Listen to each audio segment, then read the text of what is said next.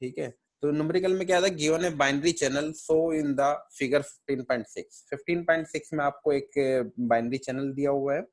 तो इसमें क्या कह रहा है, फाइंड द चैनल मैट्रिक्स। सबसे पहले आपको चैनल मैट्रिक्स निकालनी चैनल की। तो चैनल मैट्रिक्स कैसे कैलकुलेट करोगे, तो पी वाई स्लैश एक्स, तो P Y one slash X one, P Y two slash X one.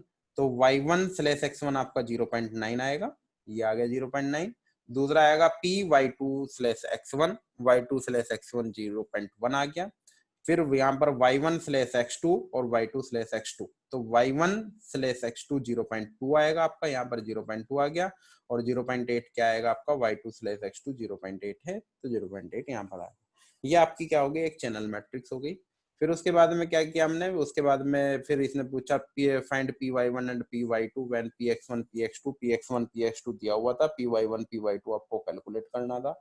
तो सिंपली आप क्या करा, आपने P Y is equal to P X into P Y slash X की हेल्प से कैलकुलेट किया, जिसमें पी एक्स को आपने क्या करा, एक मैट्रिक्स में, रो मैट्रिक्स में कन्वर्ट कर लिया 0.5 0.5।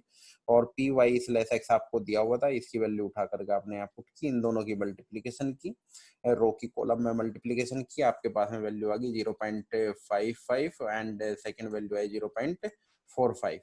ठीक है। इसकी हेल्प से आप P Y one P Y two आप कैलकुलेट कर लोगे। पी वाई वन आपका 0.55 और पी वाई टू आपका हो गया 0.45। ठीक है। सिमिलरली आगे पूछा joint probability P X one slash X two and P X two slash Y one आपको पूछा। P X one P X two आपको वही सेम 0.5 आपको गिवन है।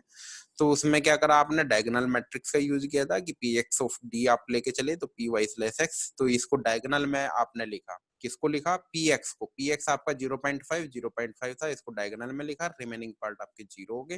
पी वाई स्लैश एक्स आपने कैलकुलेट किया था ऊपर, यहाँ पर ये वाला, यहाँ से उठा करके आपने डायरेक्ट यहाँ पर वैल्यू रखी, रो की कॉलम में, कॉलम की रो में मल्टीप्लीकेशन की, और आपके पास में ये आंसर आ गया। तो ये आपका क्या है, P X one comma Y one, P X one comma Y two. मतलब आपकी जो रो है वो एक्स वन एक्स टू, और इसमें देखोगे तो वाई वन कॉमन है, इसमें देखोगे तो वाई टू कॉमन है। तो similarly P X one Y two आपका 0.05 आ गया, X two comma Y one 0.1 आ गया। नेक्स्ट क्वेश्चन हमने ये डिस्कस किया था, जिसमें आपके पास में क्या थे, दो बाइनरी चैनल दिए हुए थे, कनेक्टेड थे कास्केड में। तो ओवरऑल चैनल मैट्रिक्स निकालनी थी और रिजल्टेंट चैनल निकालना था और ड्रॉ करना था रिजल्टेंट इक्विवेलेंट चैनल डायग्राम। फिर फाइंड करना था P Z one Z two, P Z one Z two last वाला फाइंड करना था, जब X one and X two आपको दिया हुआ है 0.5।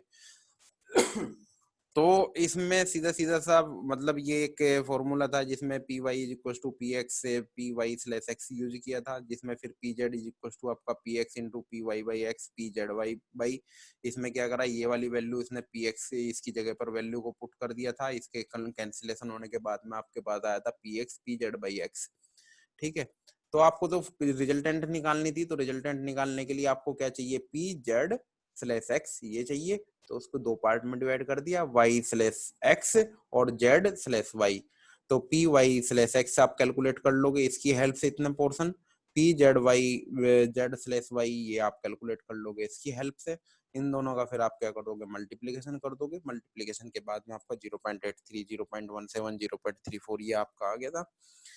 फिर उसके बाद में आपको क्या कैलकुलेट करना था, आपको P Z is equal to P X into P Z by X. P Z by X आपने कैलकुलेट कर लिया, यहाँ से वैल्यू पुट कर दी। पी एक्स की वैल्यू आप क्या करोगे, जो आपको गिवन है, तो वो 0.5 गिवन है, इन दोनों की मल्टीप्लीकेशन करोगे तो आपका P Z one P Z two आ जाएगा।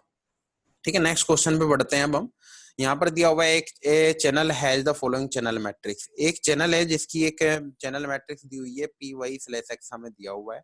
Draw the channel diagram, channel diagram draw करना है। फिर कह रहा है if the source has equally likely output compute the probability associated with the channel output for P is equal to 0.2। 0.2 के लिए आपको क्या करना है, प्रोबेबिलिटीज कैलकुलेट करनी इसकी। तो यहाँ पर क्या कह रहा है कि 1 माइनस पी, पी और 0, मतलब अगर आप देखोगे तो कॉलम कितने हैं इसमें, 1 2 और 3, तीन कॉलम आपको दिए हुए हैं। तो आपके जो आउटपुट होंगे वो क्या होंगे, तीन आउटपुट होंगे, y1 y2 y3 आप यहाँ पर ड्रॉ कर दोगे। रो कितनी है, रो एक और एक, दो रो दी हुई है। तो दो रो का मतलब ये हुआ कि आपके इनपुट दो होंगे, x1 एंड x2। तो आप क्या करोगे, 0 एंड 1 बाइनरी में कंसिडर कर रहे हैं, एक 0 होगा एक आपका 1 होगा। अब ये क्या कह रहा है अब इसको ड्रॉ करना है। ड्रॉ करने के लिए आपका ये वाला पोर्शन, ये वाला क्या है, y1/x1, तो आपकी 1 माइनस पी यहाँ पर आ गई। दूसरा क्या है ये वाला y2/x2, जो p है, p आपका यहाँ पर लिख दोगे। ये क्या है 0 है आपका, ये कौन से केस में है, ये y3 के केस में, y3/x1 वाला केस जो है वो आपका 0 है। तो यहाँ पर जो है y3/x1 वाला केस, ये वाला जो केस है ये 0 है, इसलिए यहाँ पर कोई लाइन इसने ड्रॉ ही नहीं की। इसी तरह आगे बढ़े, यहाँ पर जब पहुंचे y1/x2 आएगा, तो y1/x2 आप देखोगे यहाँ पर कोई भी लाइन नहीं होगी क्योंकि 0 दिया हुआ है प्रोबेबिलिटी। तो यहाँ पर ये p किसकी है, y2/x2, तो y2/x2 की प्रोबेबिलिटी आपको जो है यहाँ पर p दी हुई है। फिर उसके बाद में y3/x2 1 माइनस p दिया हुआ है। तो ये आपने एक चैनल बना दिया। अब ये क्या कह रहा, ये कह रहा the channel diagram has been shown in the 15.9, it may be noted that the channel represented by equation number 1 is known as the binary erasable channel. इसको क्या कहा कि इसने कहा कि ये बाइनरी इरेजेबल चैनल है, जो क्वेश्चन नंबर 1 में जो आपको मैट्रिक्स दी हुई है, इस तरीके के जो चैनल होते हैं वो बाइनरी इरेजेबल चैनल बोलते हैं जिसको।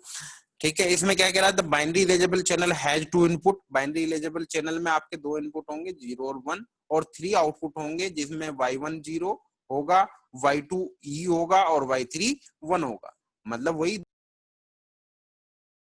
में आ जाएगा।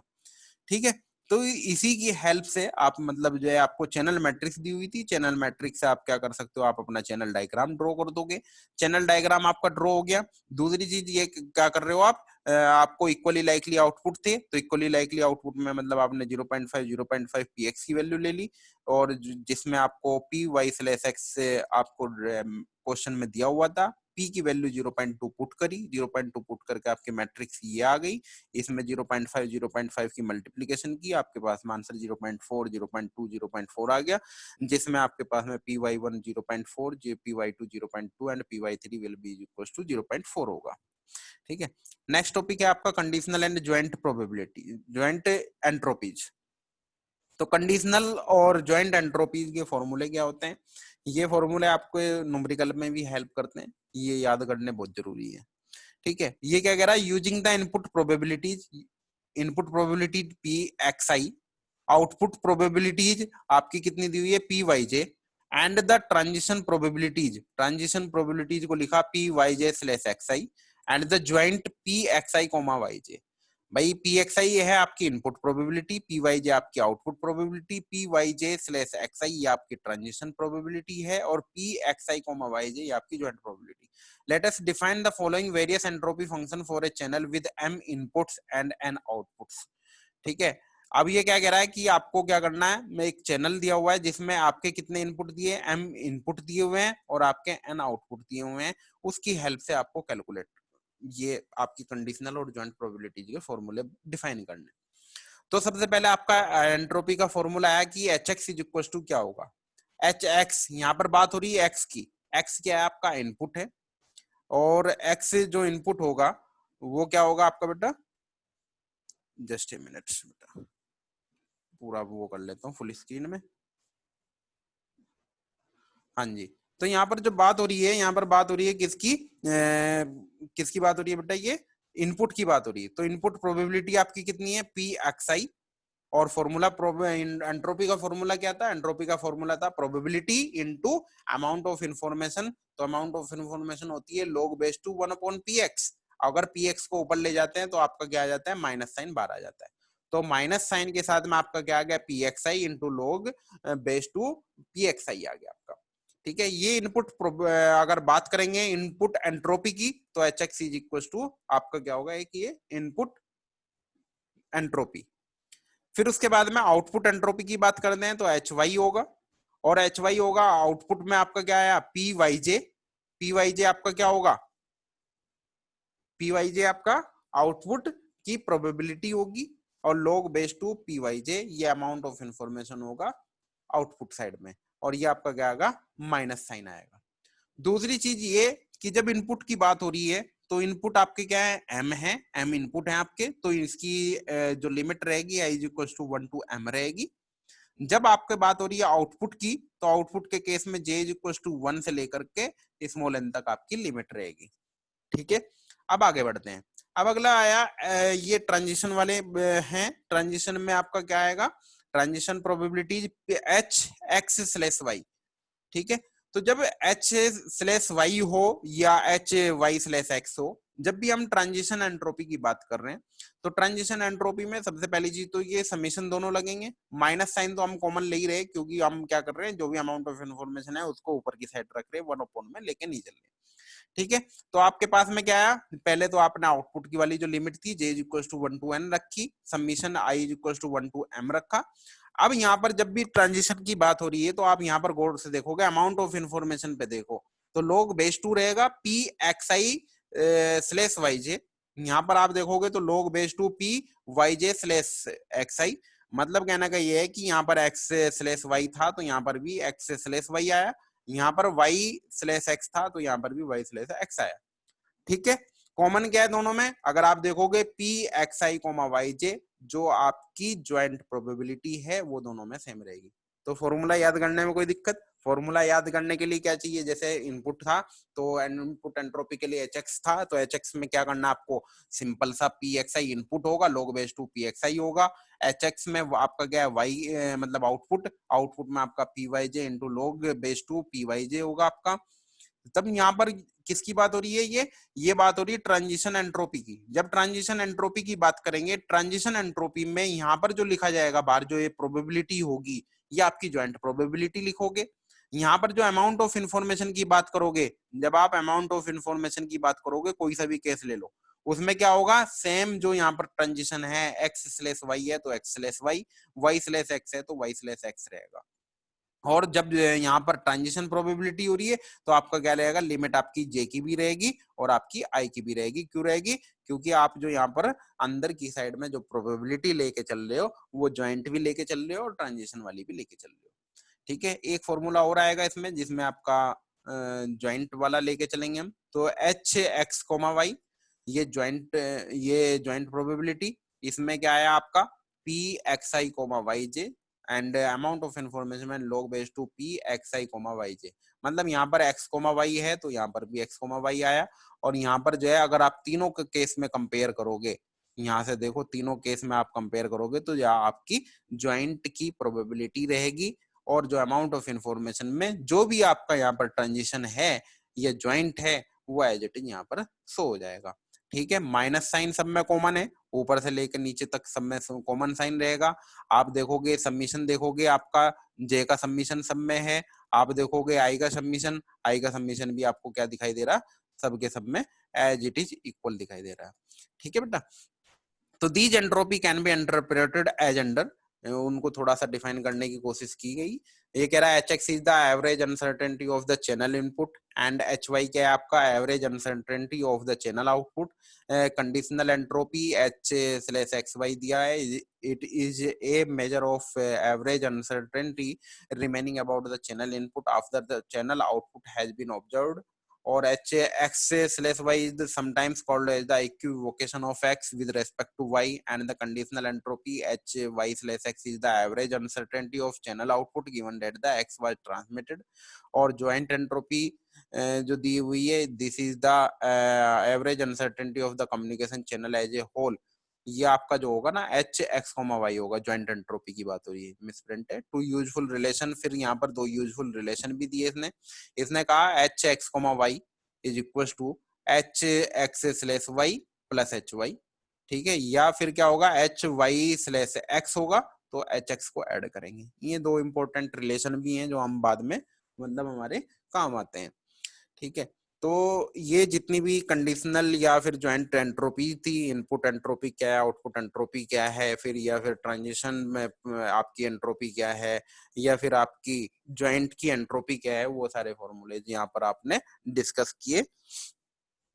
तो आपके 5 फॉर्मूले ऊपर थे, 2 फॉर्मूले आपने ये एच एक्स वाई वाले यूज किए। नेक्स्ट है आपका फिर म्यूचुअल इन्फॉर्मेशन। ठीक है, ये जितने भी मैं कंडीशनल की या म्यूचुअल इन्फॉर्मेशन की बात कर रहा हूँ, इन फॉर्मूले के बेस पे कोई डेरिवेशन टाइप का आपका जो है ना क्वेश्चन पूछा जाता है। जनरली एग्जाम में एक क्वेश्चन यहाँ से आता ही आता है। तो म्यूचुअल इन्फॉर्मेशन क्या कह रहा है, म्यूचुअल इन्फॉर्मेशन में क्या कह रहा है, म्यूचुअल इन्फॉर्मेशन को डिनोट किया गया आई एक्स सेमीकोलन वाई, ये इसका डिनोशन है म्यूचुअल इन्फॉर्मेशन का। Of a channel is defined as, इसको डिफाइन किया गया H X minus H X slash Y, bit per symbol इसने इसकी यूनिट दी। और कह रहा है कि since H X represent the uncertainty about the channel input before the channel output is observed. H X क्या है आपकी uncertainty about the channel input है, चैनल इनपुट की अनसर्टेनिटी है जब तक आपको चैनल आउटपुट नहीं पता।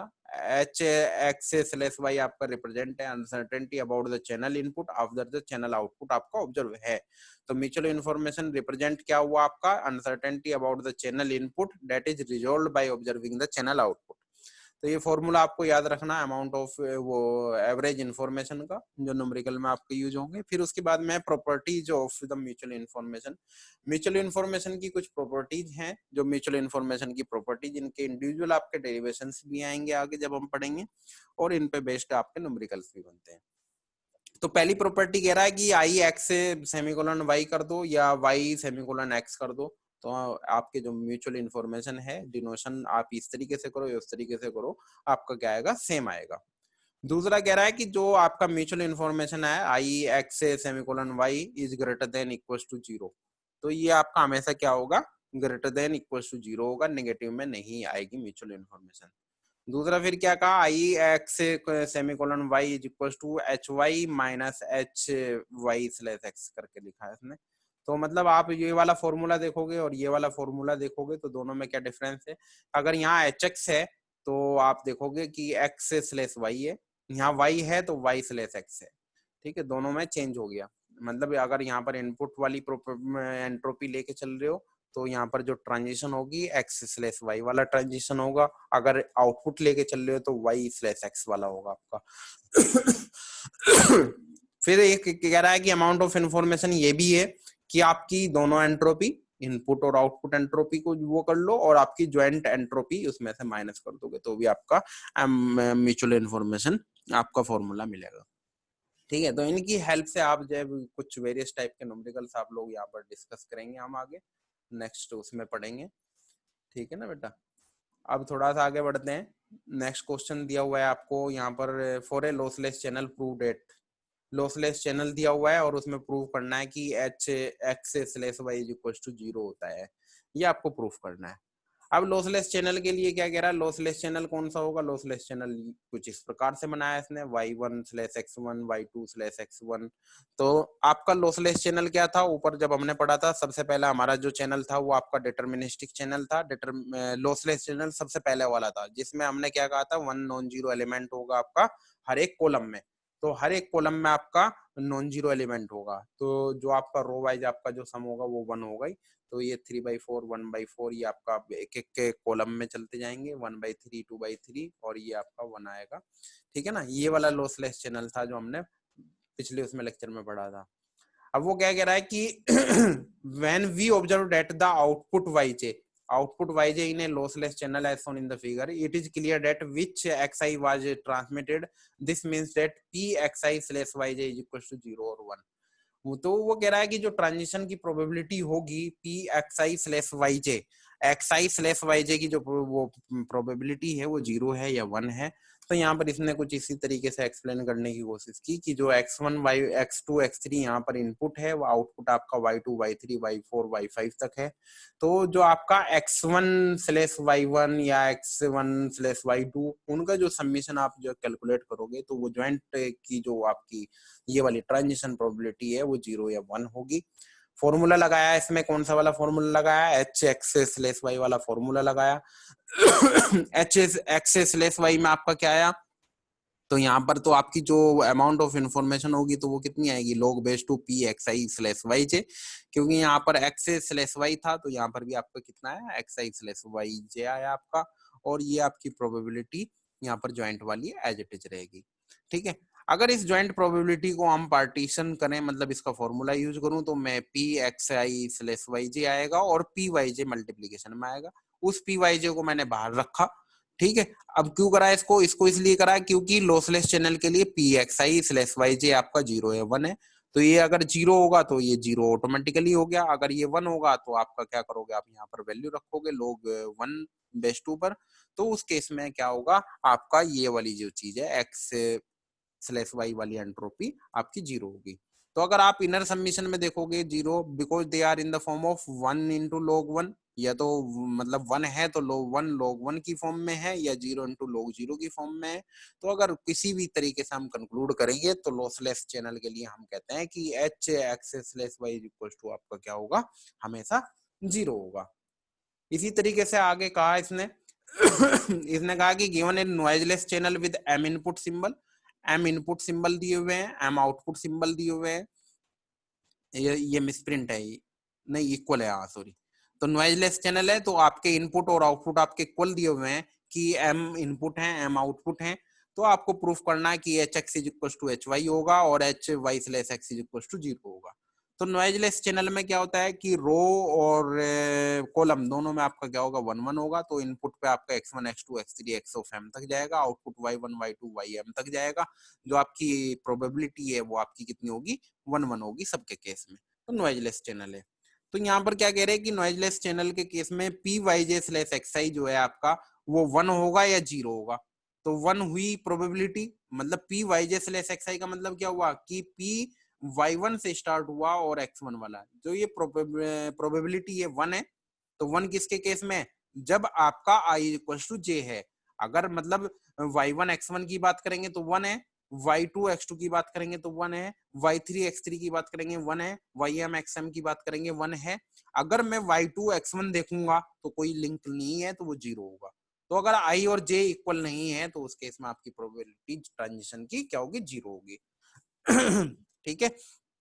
तो इसी तरीके से इसने यहाँ पर फॉर्मूला लगाया, आगे बढ़े।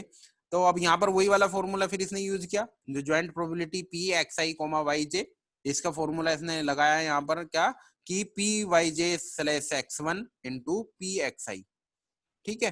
तो इसको इसने क्या लिखा, इसने कहा कि वो इज इक्वल टू है पी एक्स आई के अगर I is equal to J है। मतलब कहना का ये है कि P X one I is equal to 1 की अगर बात करूं तो पी एक्स वन होगी। अगर आई की वैल्यू 1 है तो ये पी एक्स वन के इक्वल है, 2 है तो पी एक्स टू के इक्वल है, और आई और जे इक्वल नहीं है तो वो मेरे क्या होगा, 0 के इक्वल होगा। तो सिमिलरली इसने क्या करा कि पी एक्स आई कोमा वाई जे उसका सबमिशन लगाया, I is equal to 1 to m। उसको कह रहा है कि वो फिर पी एक्स जे भी हो सकता है, क्योंकि आई इज इक्वल टू जे है तो पी एक्स आई हो सकता है या पी एक्स जे हो सकता है।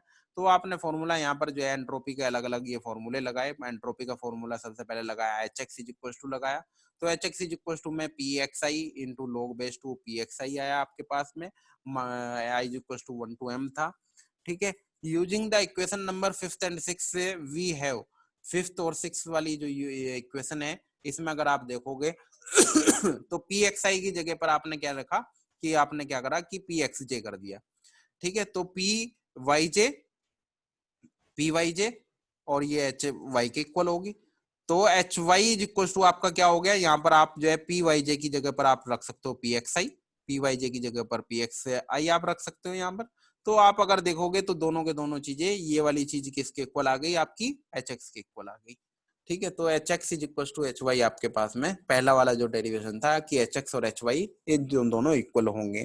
ठीक है। दोनों इक्वल क्यों है, क्योंकि पी एक्स आई और पी एक्स जे दोनों इक्वल थे, तो इस वजह से आपका एच एक्स और एच वाई दोनों इक्वल होंगे। दूसरा क्या था कि आपको ये प्रूफ करना था जिसमें इसकी वैल्यू 1, तो H Y slash x is equal to आपके पास में यहाँ पर फॉर्मूला क्या होगा, एच वाई स्लैश एक्स। तो यहाँ पर आपके पास में जो अमाउंट ऑफ इंफॉर्मेशन वाला जो फॉर्मूला वाई जे स्लैश एक्स आई होगा, और ये ज्वाइंट प्रोबेबिलिटी आपकी यहाँ पर आएगी ही आएगी। ठीक है। अब आपने इक्वेशन नंबर 3rd 4th और 7th की हेल्प से क्या लिखा यहाँ पर, तो ये वाली चीज जो है आपकी फॉर्मूले में देखोगे, ये वाली चीज एज इट इज यहाँ पर आई, ये वाली चीज आपकी एज इट इज यहाँ पर, ये वही फॉर्मूला लिखा हुआ है। अब यहाँ पर क्या कह रहा है कि पी एक्स आई कोमा वाई जे, इसकी जगह पर कुछ रखने की कोशिश की और उसने कहा कि वो पी एक्स आई होगा। पी एक्स आई क्यों होगा, ऊपर वाले फॉर्मूले से आपने निकाला, इस वाले में जो आपने यहाँ पर निकाला था p x I comma Y j is equal to ये वाला फॉर्मूला था। तो जिसमें आपके पास में p Y J slash x i, इसकी वैल्यू तो 1 रख दिया आपने। अगर ये 1 रखोगे, अब 1 रखोगे तो किसके लिए थी, आई इक्वल टू जे थी। तो अगर आपकी value I is equal to J है तो इसकी वैल्यू 1 है, तो 1 रखी तो पी एक्स आई हुई थी यहाँ पर, तो आई इज इक्वल टू जे के लिए। और जब आई और जे इक्वल नहीं है तो ये 0 था, तो ये वाली 0 भी, ये भी 0 होगा। तो इसी वाली इक्वेशन से आप क्या कर सकते हो, यहाँ पर इसकी वैल्यू आपने रख दी कि इसकी वैल्यू पी एक्स आई होगी।